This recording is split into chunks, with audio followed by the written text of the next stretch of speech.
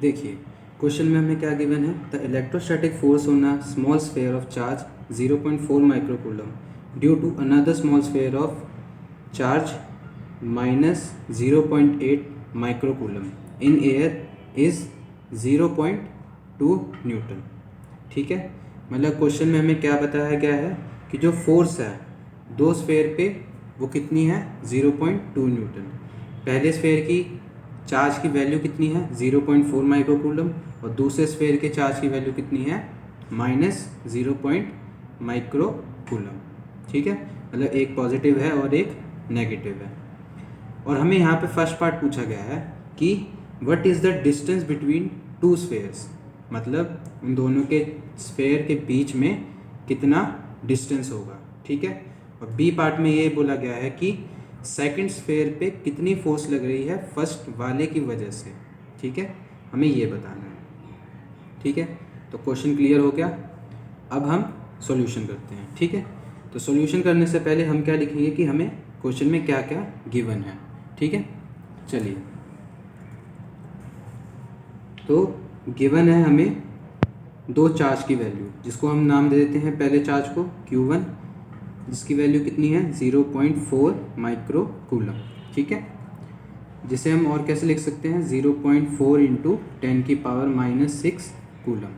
ठीक है, और दूसरा चार्ज है Q2 जो जिसकी वैल्यू है 0.8 माइक्रोकूलम, मतलब 0.8 इंटू 10⁻⁻6 कूलम्स। ठीक है, और हमें फोर्स कितना दिया गया है इसमें 0.2 न्यूटन का फोर्स है हमारे पास। ठीक है, अब जो हमारा फर्स्ट पॉइंट था ए आंसर, ए का आंसर क्या होगा, हमें फोर्स का फॉर्मूला लिखना है पहले। वो कितना होता है 1/4 pi epsilon naught Q1 Q2 bye r²। ठीक है, अब यहाँ से हम क्या करेंगे, r रेडियस की एक वैल्यू सब्स्टिट्यूट कर लेंगे। ठीक है, तो r को हम यहाँ लेकर आते हैं r² और बाकी 1/4 pi epsilon naught Q1 Q2 by f। ठीक है, तो ये हमने एक रेडियस की वैल्यू सब्स्टिट्यूट कर ली यहाँ पे। ठीक है, अब हम क्या करेंगे, इन सब की वैल्यू को पुट करेंगे। ठीक है, सबकी वैल्यू हम यहाँ कर रहे हैं, पुट करते हैं। तो 1/4 पाई एप्सिलॉन नॉट की वैल्यू क्या होती है 9 इंटू 10⁹। Q1 की वैल्यू हमें कितनी दी गई थी 0.4 इंटू 10⁻⁻6 और Q2 की वैल्यू हमारे पास कितनी थी 0.8 इंटू 10⁻⁻6 और फोर्स हमारे पास कितना गिवन है 0.2। ठीक है, चलिए अब इसे थोड़ा और सॉल्व करते हैं। तो r² हमारे पास क्या आ जाएगा, यहाँ पर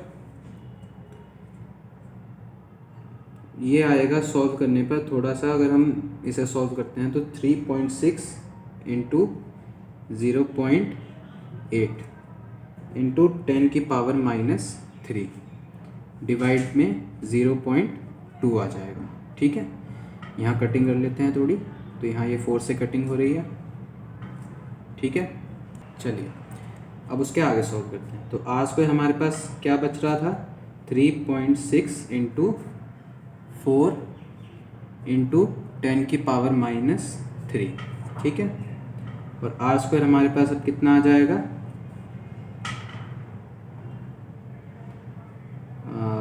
3.36 इंटू 4 इंटू 10⁻⁻4। यहाँ से हमने पॉइंट हटा दिया और उसे 10 की पावर में जोड़ दिया है। ठीक है, अब यहाँ हम इसे और सॉल्व करते हैं तो हमारे पास यहाँ वैल्यू आ जाएगी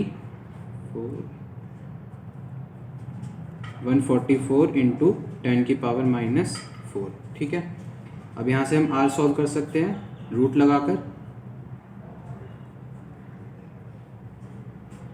तो r की वैल्यू हमें क्या मिल रही है यहाँ पे 12 इंटू 10⁻⁻2। ठीक है, मतलब ये किस में आई है मीटर में।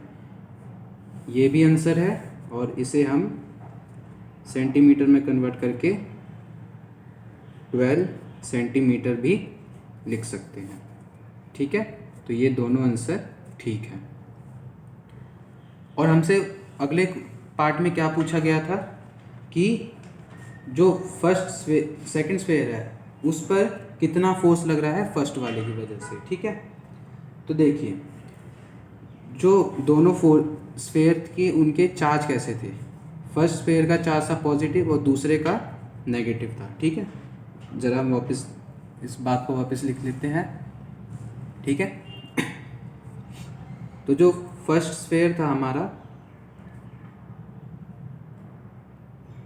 उसका चार्ज कैसा था, पॉजिटिव चार्ज था,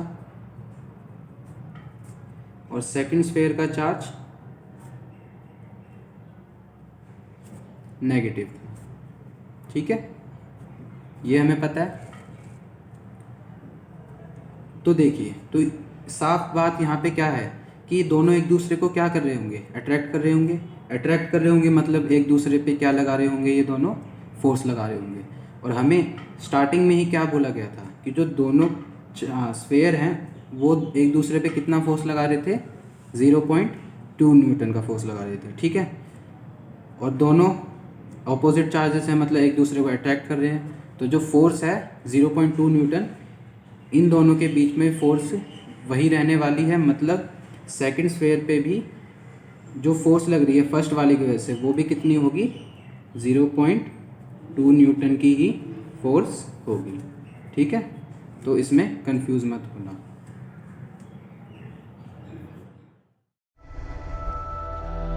इससे आसान सॉल्यूशन और कहीं नहीं।